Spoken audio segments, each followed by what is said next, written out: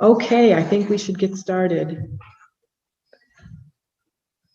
If you're just coming in again, if you wouldn't mind introducing yourself in chat and let us know what group you're representing tonight. Welcome, everyone. My name is Nancy Smith. I'm a member of the League of Women Voters, Jackson area.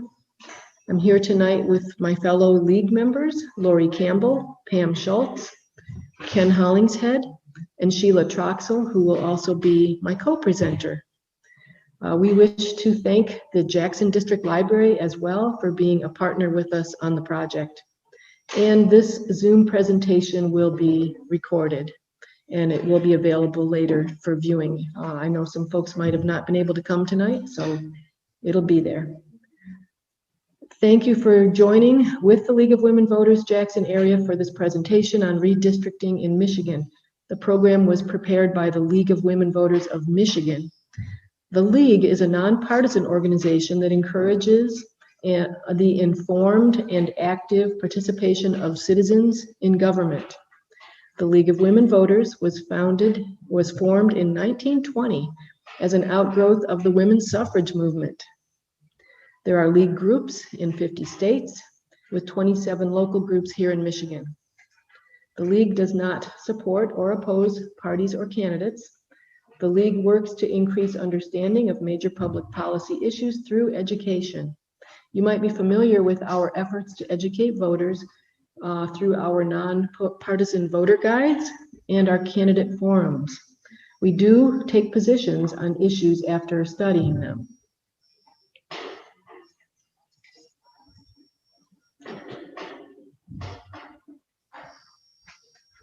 All right.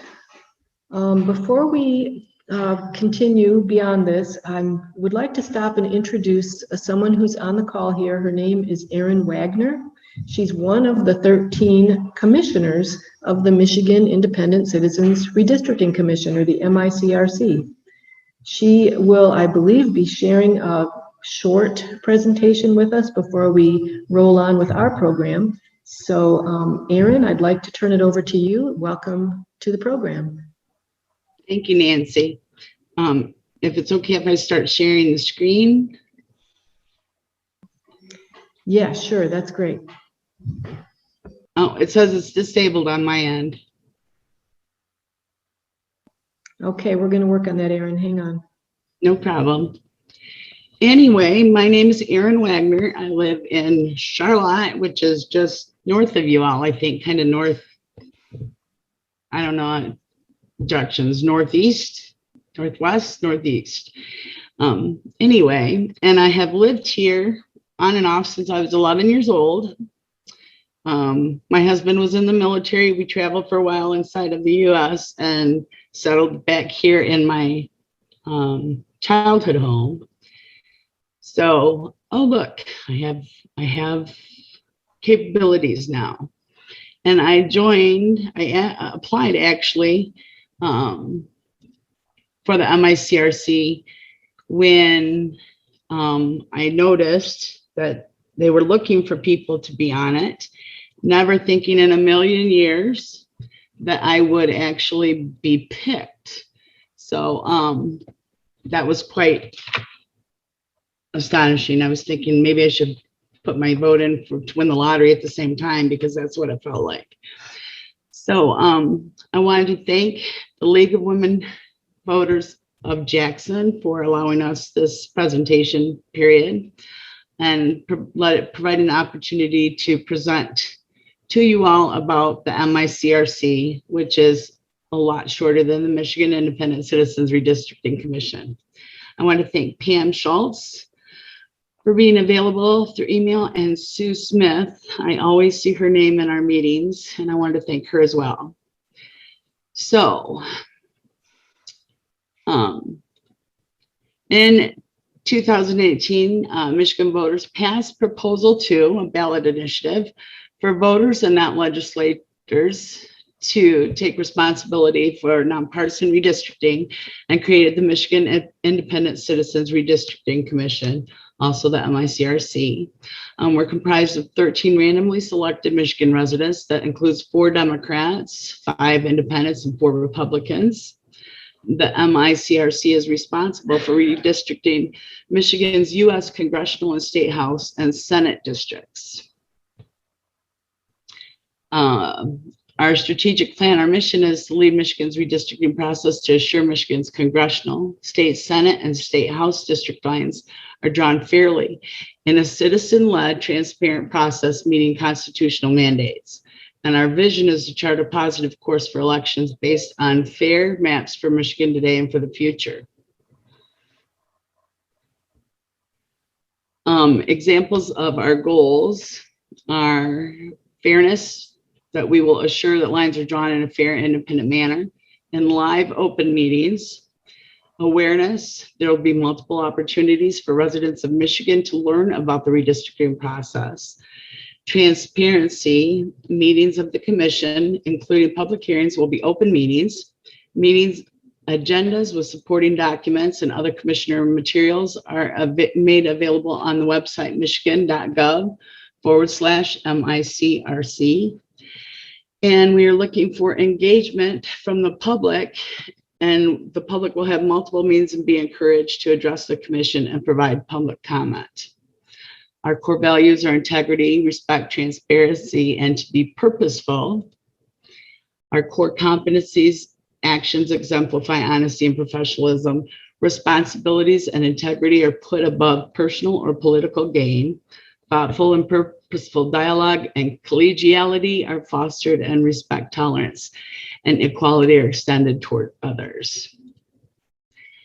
Critical success factors. We need the citizens to become engaged with us. So Michigan citizens from across the state and with diverse backgrounds participate meaningfully in the redistricting process. The Constitution is upheld and always at the forefront. All actions are undertaken with a commitment to fairness. The code of conduct, policies, and procedures are followed. Discussion and deliberations occur in open meetings with the utmost transparency. Commissioners, consultants, and staff members work in an impartial manner to install public confidence in the integrity of the redistricting process. We welcome your ideas as well as the ideas of your residents, our residents, to increase awareness and engagement in Michigan's redistricting process. Please email them to us at redistricting@michigan.gov or mail them to MICRC, Post Office Box 30318, Lansing, Michigan 48909. Share them at our weekly meetings on Thursdays during public comments, or come and speak during one of our upcoming public hearings. And to learn more information about the MICRC or the upcoming public hearings, please visit www.michigan.gov/MICRC. And thanks again for the opportunity to speak. Now, let me stop the share. Jackson's meeting is Tuesday, May 11th, so everybody's aware of the date. And that is also available on our website. And I'm open to questions if you have any. Erin, are you staying for our presentation for questions at the end, or do you want to take questions right now?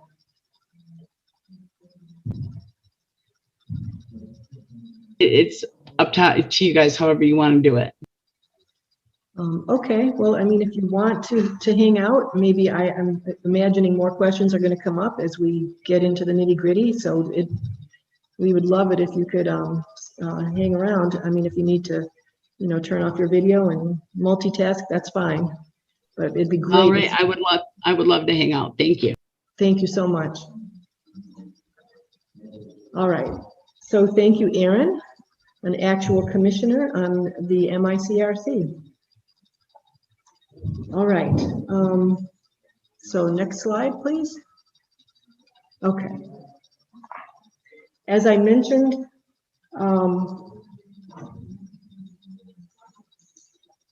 the League of Women Voters works to increase understanding of major public policy issues through education, and that is why we are here this afternoon. This presentation is going to cover 3 related topics: redistricting in Michigan and how gerrymandering affects it, what Michigan did to get rid of gerrymandering, and the new system for drawing the district lines. We do welcome your questions as we go. during our presentation. We hope you can type them into chat as they come up, and we will get to them at the end. Remember, the chat is a button on the bottom center of your screen, of your Zoom screen. Okay. So what is redistricting? The lines for Michigan's U.S. congressional, state Senate, and state house districts are reviewed and redrawn every 10 years following the national census, after population changes are identified and published. Redistricting is the process of drawing the lines for the congressional and legislative districts. How the district lines are drawn determines which voters reside in each congressional and state legislative district. In Michigan, we currently have 14 U.S. congressional districts. That's about to change. We actually lost one 10 years ago after that census, and we're going to lose another one. We have 38 Michigan Senate districts in Michigan, and we have 110 Michigan House districts. So how are these map lines drawn? The United States Constitution requires that the seats for the U.S. House of Representatives be apportioned to states according to the population count in the federal census every 10 years. In the 1964 case Reynolds versus Sims, the Supreme Court determined that the general basis of apportionment should be one person, one vote. This rule means that generally electoral districts must be equal in population according to the most recent census, so that each person's vote is equally weighted. Also, Section 2 of the Voting Rights Act blocks any district lines that deny minority voters an equal opportunity to participate in the political process and to elect representatives of their choice.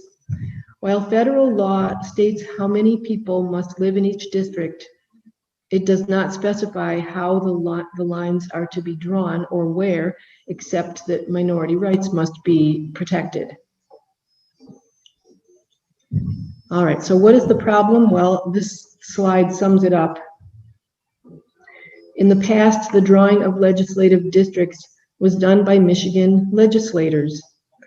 Gerrymandering happens when the majority party is given the power to redistrict every 10 years after the census. It often involves packing one party's voters into as few districts as possible, and or cracking a party's voters across as many districts as possible, which is a great way to keep one political party in the minority and ensure that it doesn't get a say in what laws are passed.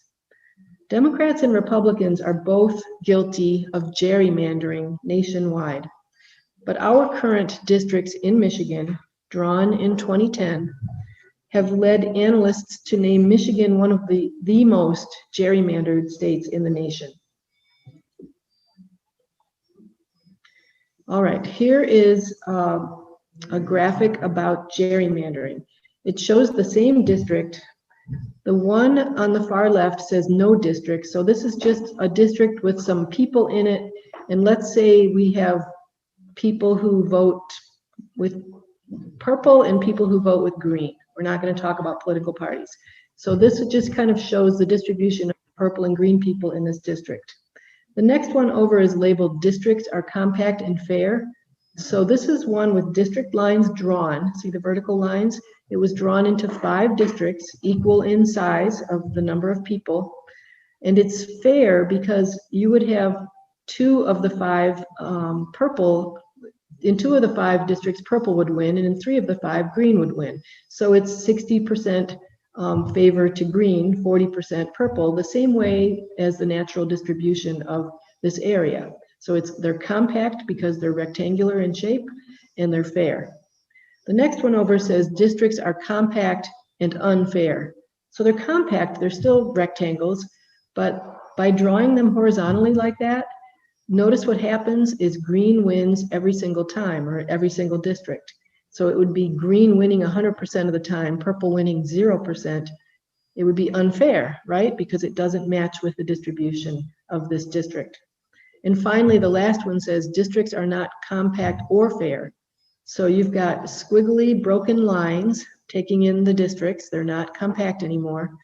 And the result would be, if you notice, Purple would win 3 of the 5 districts now, and green would only win 2. So it would be 60-40 favoring purple.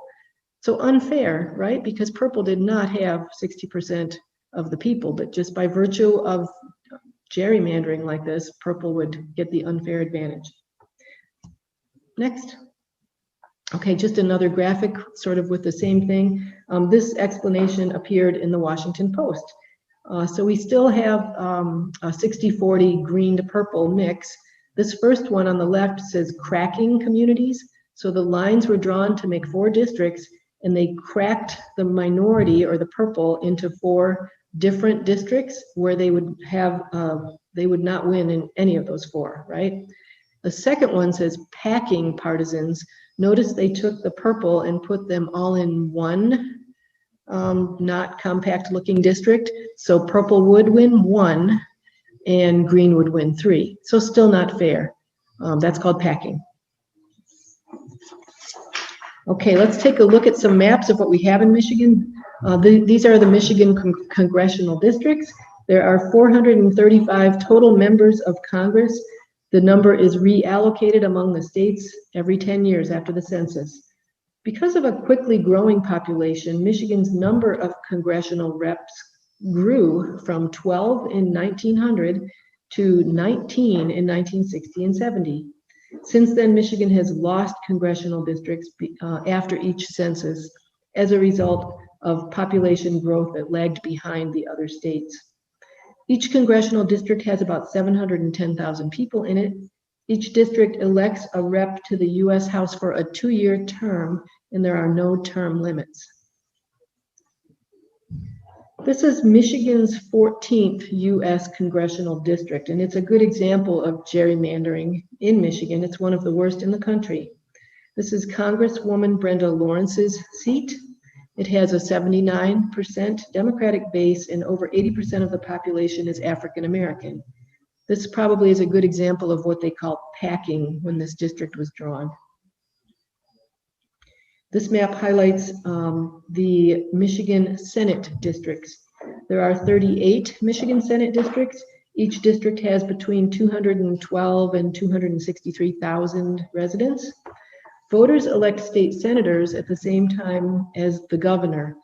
Senators serve 4-year terms concurrent with the governor's term of office. Term limits allow senators to serve 2 4-year terms. This map highlights the Michigan House of Representatives. These lines were drawn in 2011 and will be used until 2022. There are 110 House districts, each including about 77,000 up to 91,000 residents. Members of the Michigan House of Representatives are elected in even-numbered years to 2-year terms. Term limits allow a representative to serve 3 2-year terms for a total of 6 years. Okay, the Michigan Independent Citizen Redistricting Commission, a mouthful, or we could call it the MICRC. In November of 2018, 61% of Michigan voters ended gerrymandering by approving Proposition 2. This amendment to the Michigan Constitution moved the power to draw district lines from the legislature and into the hands of voters. The amendment created a body called the Independent Citizens Redistricting Commission, and it set clear standards for how the lines should or should not be drawn. It also set standards to ensure a transparent, impartial, and fair process. In order to meet constitutional requirements of transparency for the MICRC, all meetings are public meetings. Due to COVID-19, all meetings so far have been held via Zoom, which allows anyone to observe the meeting as it is being held. Meetings are also posted on YouTube for viewing. Meetings, I believe, are normally every Thursday. Aaron can speak to that maybe later. To meet the requirement of being impartial, the composition of the commission is required to include 4 members who identify as Democrats, 4 who identify as Republicans, and 5 who identify as independents. Okay, now I'm going to describe the nature of the commission, then who was eligible to serve, and how they were selected. Okay, this just illustrates how the commission is balanced according to political affiliation, which we've talked about. So notice 4 Democrats, 4 Republicans, and 5 independents. And notice too that there are 13, making a tie vote impossible. There were only 2 main requirements to be on the commission. That was to be eligible and registered to vote in Michigan and submit an application. For the actual selection process, the goal was to have a commission that reflected the state's geographic and demographic makeup. Individual citizens were invited to apply using the Secretary of State's website. In addition, the Secretary of State mailed out applications to 10,000 randomly selected qualified voters who could apply using the redistrictingmichigan.org website. After June 1st, 2020, a random process weighted to reflect geographic and demographic makeup of the state reduced the pool to 200 people, 60 self-identified Democrats, 60 self-identified Republicans, 80 self-identified independents. Independents, by the way, could be members of minor parties or no party at all. The top 2 leaders in our Michigan House and Senate could each then strike 5 applicants, reducing the pool then to 180. And then there was a final random selection to produce 13 commissioners. All right, now I'm going to turn it over to my fellow lead member, Sheila Troxel, who will describe how the new district map lines will be drawn, what the rules are, and how the public can participate, and importantly, what exactly is a community of interest. Sheila? Thank you, Nancy. Hello, everyone. So looking at map approval. So before a map can be approved, the commissioners are going to spend a lot of time holding hearings and consulting with experts who will then use specialized software and data from many sources, including census data, to draw election district maps. The idea is to produce election district maps that A, meet the criteria that is stated in the constitutional amendment, and B, are approved by a strictly prescribed vote of the commissions. So first, let's look at how they will vote. So here are the requirements. Before a vote by the Independent Citizens Redistricting Commission, or the ICRC, the map must have been tested using appropriate technology to meet the criteria in the Constitution, which I'm going to cover in just a minute. Approval does require a majority vote, so at least 7 of the 13, which must include at least 2 Democrats, 2 Republicans, and 2 independents or other.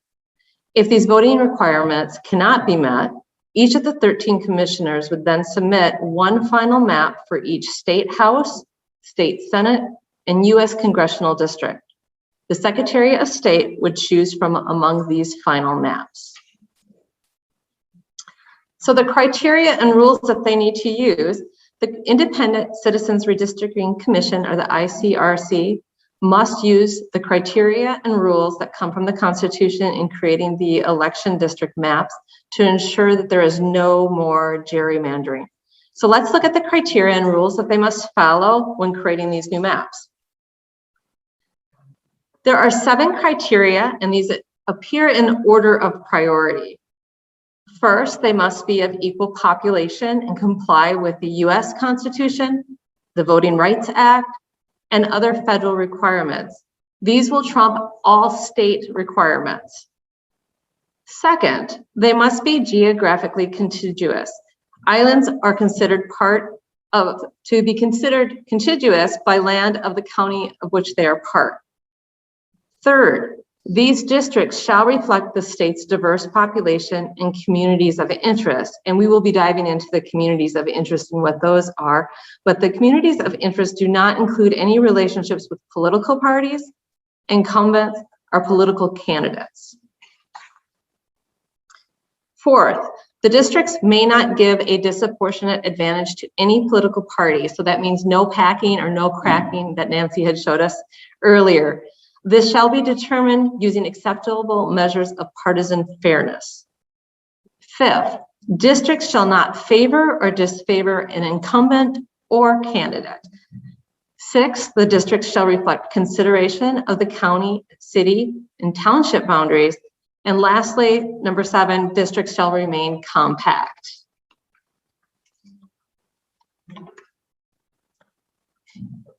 Public participation is a huge part of the process. There must be public hearings before and after the proposed maps are drawn. For the hearings, at least 10 public hearings in different geographic locations are required before drawing the proposed maps. The purpose of the public hearing is to hear testimony from representatives of communities of interest and others about how the legislative districts should be drawn to best meet their needs. At least 5 public hearings are required after the proposed maps are drawn. Again, the goal is to get public input on how the district boundaries were proposed by the Michigan Independent Citizens Redistricting Commission, or MICRC, and how that will impact the interests of the groups with those common bonds. Open meetings are required. The meetings will be held in person as health and safety guidelines allow. It's going to be also accessible via television and online as well. They are going to seek input from the public is very valuable. The public may submit plans and provide underlying data in writing the commission for consideration. These are also part of the public record. The commission must publish their plans and allow at least 45 days for public comment. The commission, its staff, attorneys, and consultants may not discuss redistricting matters with the public outside of the public hearing, except if it occurs in writing or was at a previous public forum. After the final plan is developed, the commission must publicize the plan and report any report explaining how it came to its decisions, the materials used to come to that decision, and then these new maps would then be used for the 2022 election. Some of the timing has changed due to the pandemic, causing delays in producing the 2020 census information. Information about reapportionment of the Congress has been delayed by from late December 2020, and information was just updated recently as of today, April 27th. Final detailed numbers used to draw the district lines are also delayed from April 1st, and we're expecting it to be right around late September for those. The Michigan Constitution does require that the commission complete the maps by November 1st of 2021. The MIRC, or the MICRC, has requested that the Michigan Supreme Court extend the final approval date due to these circumstances. So how is the League of Women Voters of Michigan and the MICRC working together? The League of Women Voters of Michigan are monitoring the MICRC meetings to make sure that the law is followed. The League members are also interested in staying up to date on the timelines and the politics so they can help educate the public like we're doing today at this town hall meeting. The League has come and will continue to meet with staff to address issues or concerns. We will focus on communities of interest. This is a relatively new concept in a new process, so education and providing information to the public will be key. The League will also focus on encouraging members of communities of interest to prepare and present testimony before the MICRC. Our goal really is to identify and connect with those communities of interest, support their participation in redistricting through testimony, providing proposed maps, and supporting documentation to the MICRC at its public hearings. So we've mentioned communities of interest. So let's dig into that a little bit. What are these communities of interest and why are they so important? They're so important that it's actually identified as one of the priorities right after federal law in drawing these election district lines in Michigan. The Michigan Constitution provides us with kind of a bare bones definition of what a communities of interest is. It states that COIs, for short, are populations that share the following. They have a shared cultural characteristics, they have shared historical characteristics, or they have common economic interest.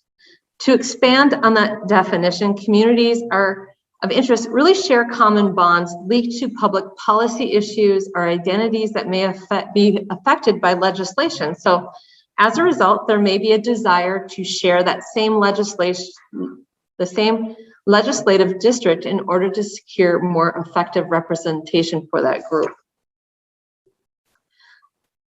The Michigan Independent Citizens Redistricting Commission, or MICRC, is in a really unique and enviable position, having moved the job from creating election district lines from the legislators to the Independent Commission of Voters. But that whole process is really brand new and largely unknown or understood by the people. On top of that, the crucial 2020 census was delayed by politics and the pandemic, and the public processes are happening virtually rather than in person. Michigan can't look to other states because each state has their own definition and priority for communities of interest.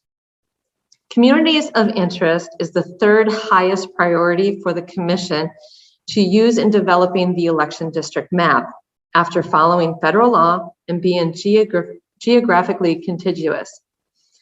They are a higher priority than consideration of county, city, and township boundaries and being reasonably compact.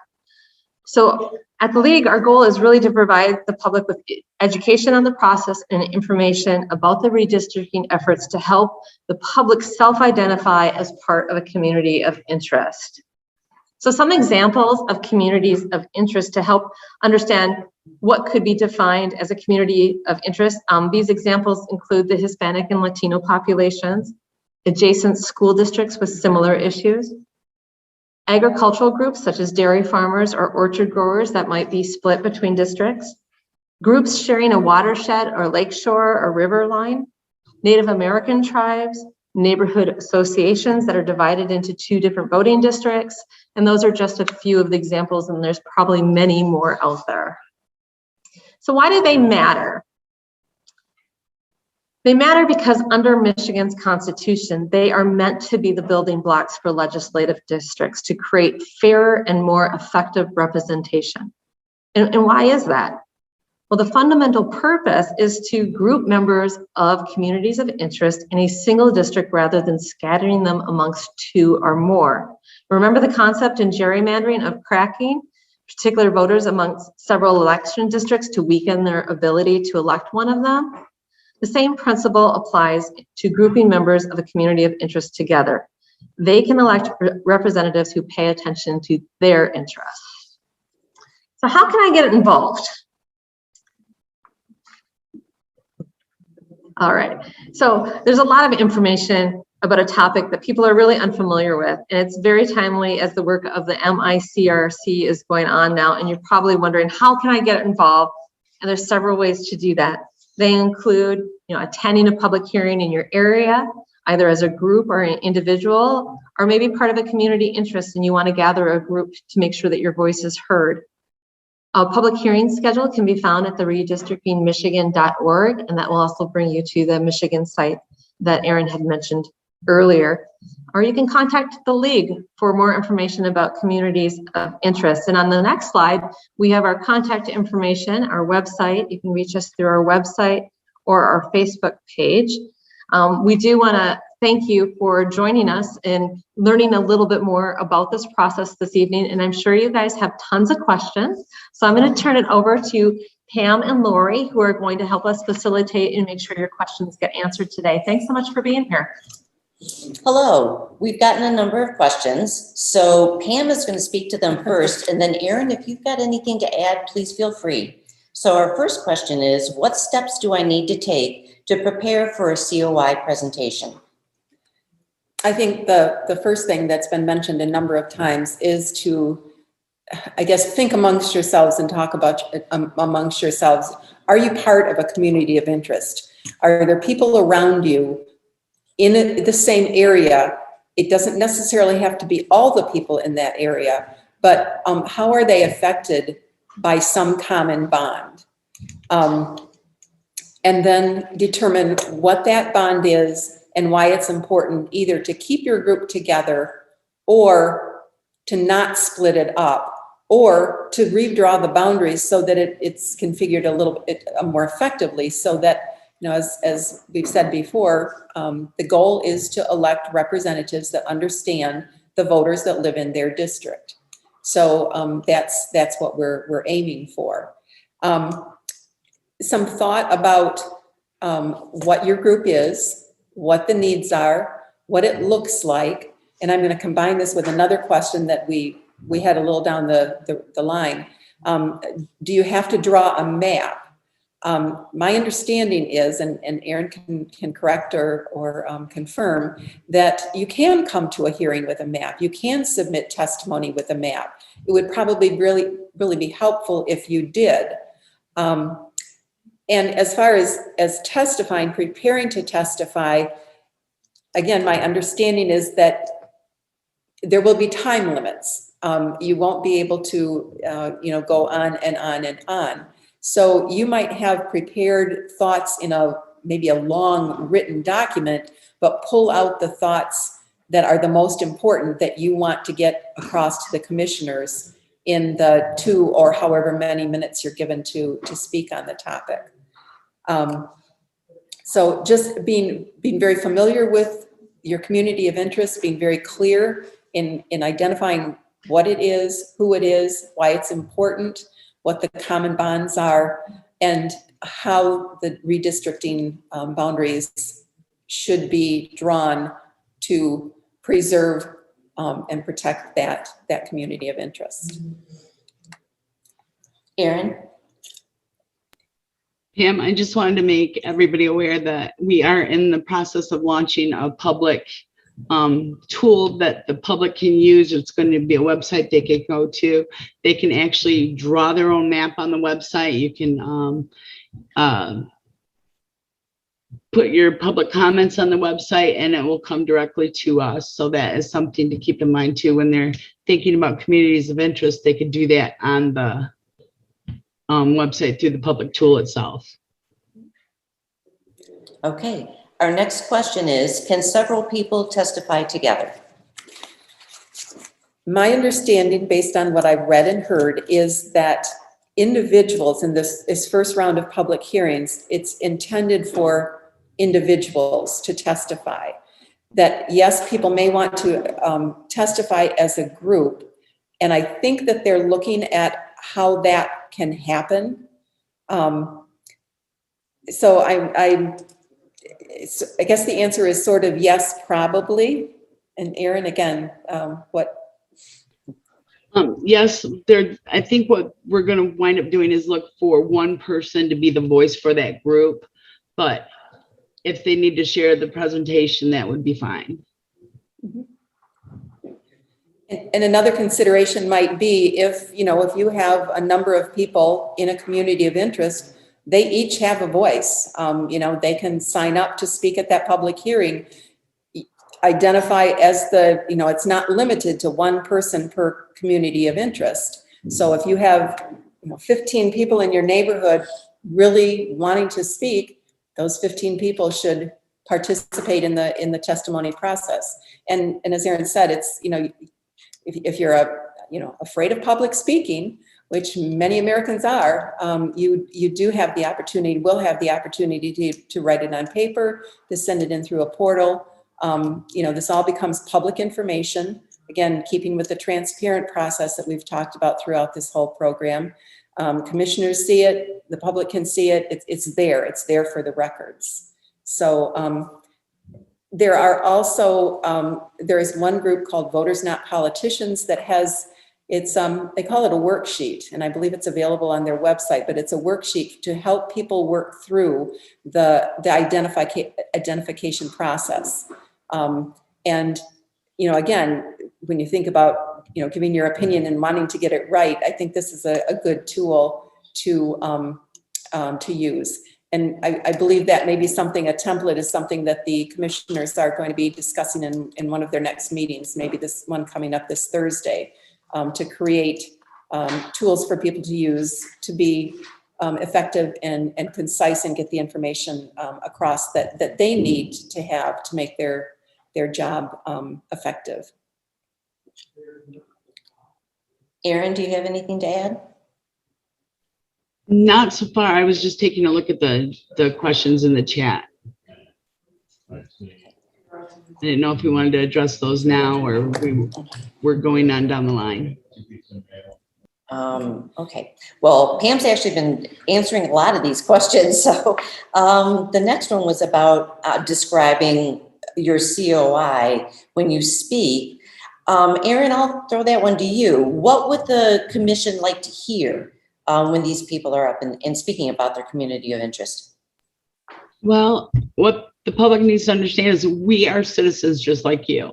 So while I live in Charlotte, I don't know communities of interest in the Jackson area. But I am familiar with some, like the Amish community that is out here in Nashville, in the Nashville area.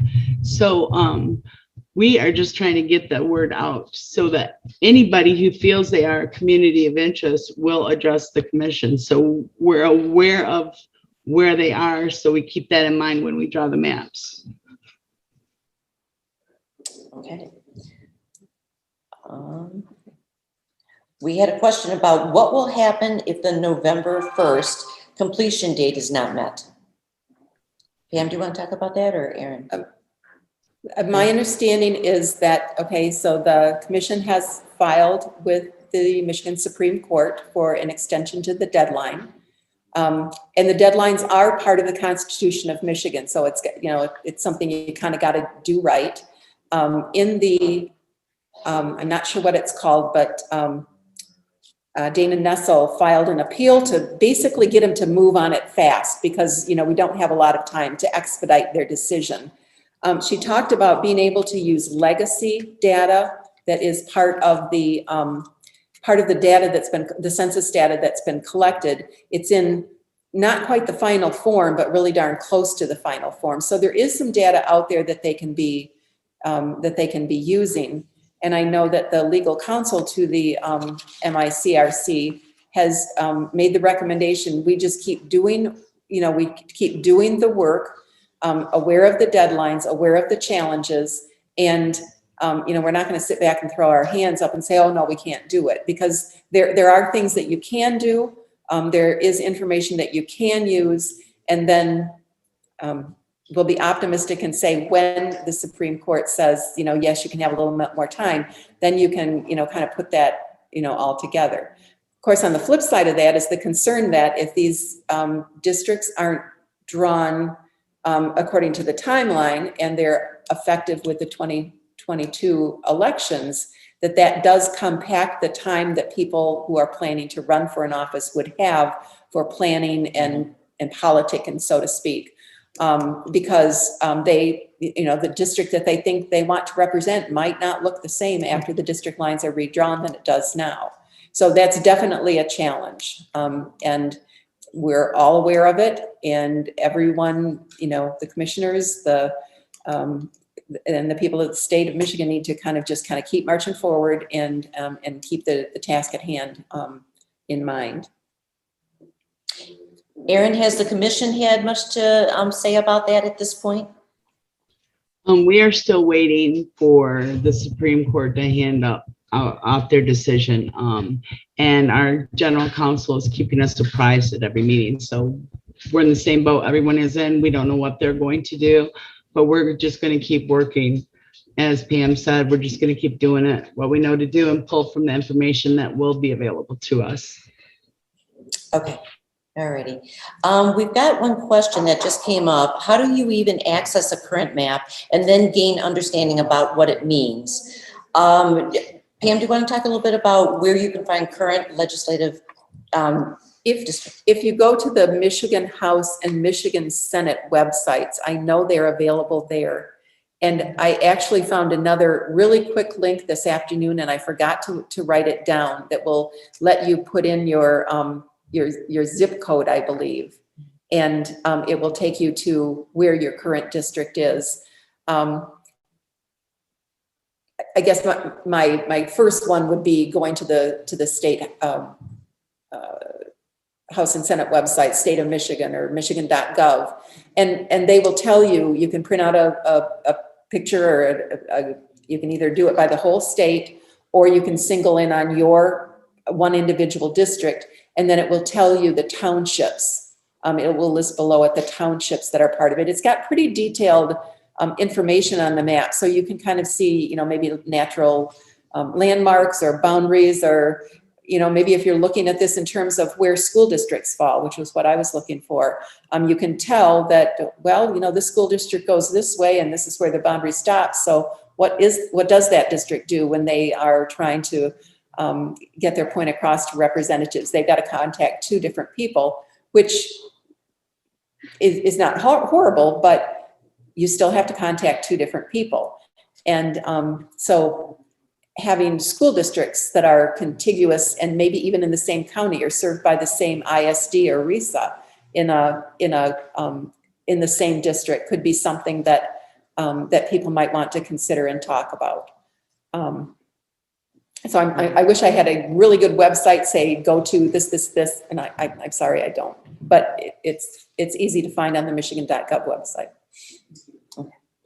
Another person asked about a couple of slides that Sheila talked about that showed images of oddly drawn districts. And her question is, if these geographic boundaries and compactness were lower on the priority list, does that mean that the districts will still be allowed to be oddly shaped just to connect communities of interest? And that did come up in another presentation, and the answer is it might. That actually might happen.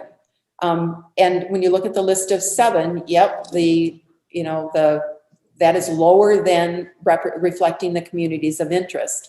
One of the examples that was given by a speaker from California, when they redistricted, they have Native American peoples just like Michigan does.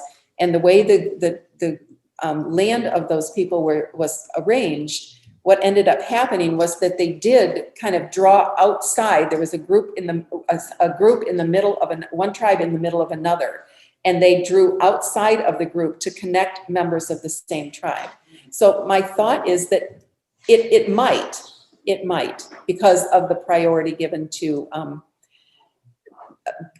protecting communities of interest. Well, that leads into another question. Will the results of the redistricting process be fair? I think it's got the best chance to be fair that it ever has had in probably my lifetime, because it's done very transparently.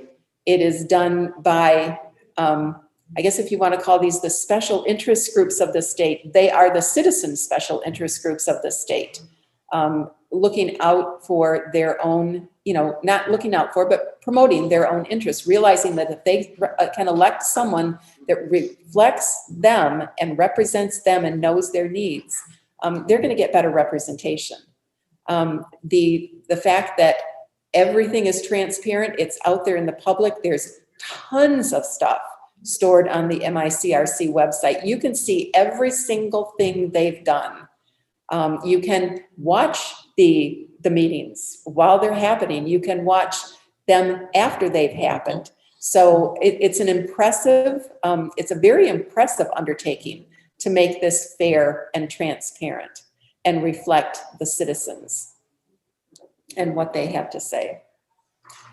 Erin, can you tell us a little bit about what the process is like to accept a map that's been drawn to keep this process fair? Honestly, I really couldn't, to be honest, because I have never been a commissioner before. But from what I understand, the public will be submitting it to us, and we have a map drawing software company, and they will be inputting the information. So they'll be able to put in communities of interest and coordinate that in their software so that that would all come out fair. Then we also have a voting rights attorney who will make sure that minorities are represented and not run over in the process. So we're doing everything we can to make sure it's a fair process. And in addition to what Erin just said, there's the MICRC, the 13 people randomly selected, but there are also, they have hired an executive director, they have hired a legal counsel, they have hired an outreach and engagement coordinator, They have support from the Department of State of Michigan. They have a variety of experts at their, I'd like to think maybe beck and call, but certainly working with them every step of the way, so that you know, everything is done the way the Constitution was intended to have it to have it be done, and you know, to make sure that all of these things that 61% of the people in 1981 or 2019, 18, whatever it was, let's go way back in history. Yeah, not quite. 2018, when 61% of the people said we got to start doing this different. So they're taking this extremely seriously. They're getting good guidance every step of the way. And thank you, Nancy, for putting that that website in the chat. I appreciate that. And there was voting on the maps too. Okay, and there was another one going back. The one about they might still be odd shaped. Talking about language to define your community of interest, and how do you describe it? You might describe it by the nature of the area. You know, it's a rural area, or it is it's an area of many homes, development of many homes. You might describe it by the compactness of the people there, or you might describe it by the cultural interests and needs of the people there. It sort of depends on what you think the key factors are that make your group a community of interest that should be kept intact or accommodated in the drawings of the map. It might, the area, how much area does it cover? What is the detriment, what harm would come to that group if the boundaries were not drawn to protect it or to contain it in one area? I think the language is kind of going to be dependent on how you self-identify your community. And as Erin has said, they're working on some things, you know, templates and tools on their website to kind of help you find the words. And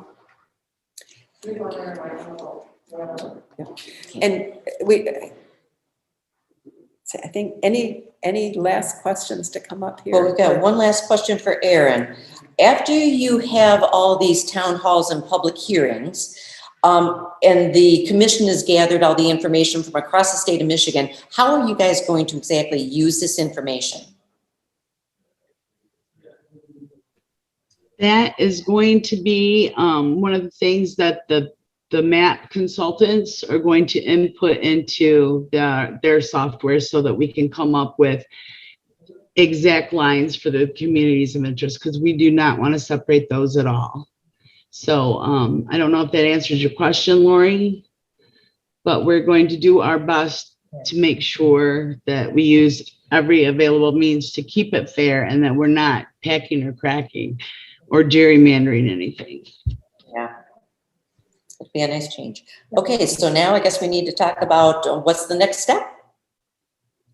And the next step, well, a next step for anyone who does want to stand in front of people and talk in public is to attend. Not that I want to scare anyone, but it should be a very interesting process. It's a very safe process. It is it's kind of a listening tour for the MICRC folks. The first one, the very first one to be held in the state, will be held in Jackson on May 11th. It's a Tuesday. I believe they start at 6 o'clock.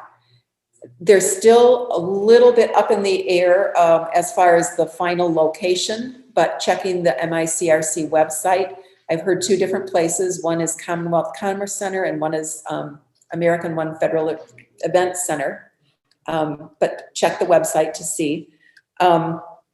They're asking that you register if you on the MICRC website. If you do want to speak, that you like RSVP.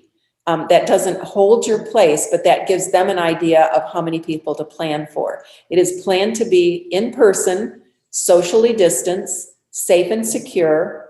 and have services. It will be taped, I believe, and I even believe they will be having like services for the hearing and impaired as part of that. So that is one way to do that, to attend the public hearing. They will be held at different places around the state. Again, the schedule is on the website, the MICRC website. If you don't have to testify in your own community.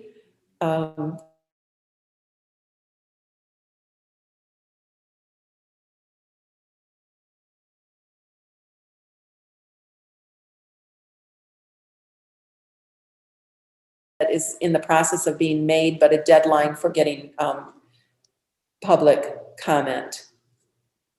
Do you know a deadline yet? I'm sorry, you went mute on me and I did not hear the question. Do you know when the deadline for public comment is? When the last date that somebody can turn in their information on communities of interest? I don't believe we have set a time limit on that yet.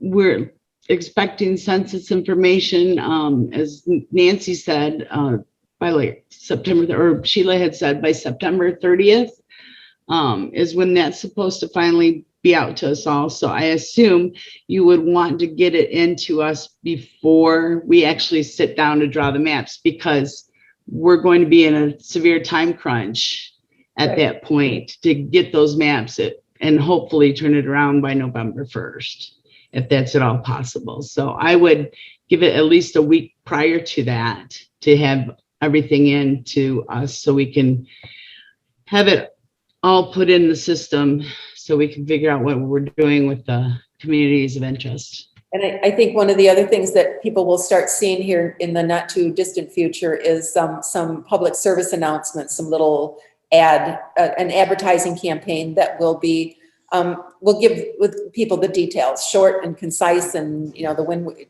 probably pretty clever and creative and all that kind of stuff, so that people can be watching for those. And I'm sure there'll be social media and major media and all that kind of thing. So that's correct, Pam. And I think that may have answered all the questions. Yeah. And Erin, thank you for the comments in there that everyone can see. Take a look through them if there's information that you maybe have missed. Big thanks to Jackson District Library. They are always great supporters of the League of Women Voters. We've partnered with them before. I do have to say, my first partnership event with them was scheduled for March 12th of 2020. And it was the day that the library shut down because of COVID. So we kind of had to make a real turnaround and did some real crazy and creative things virtually.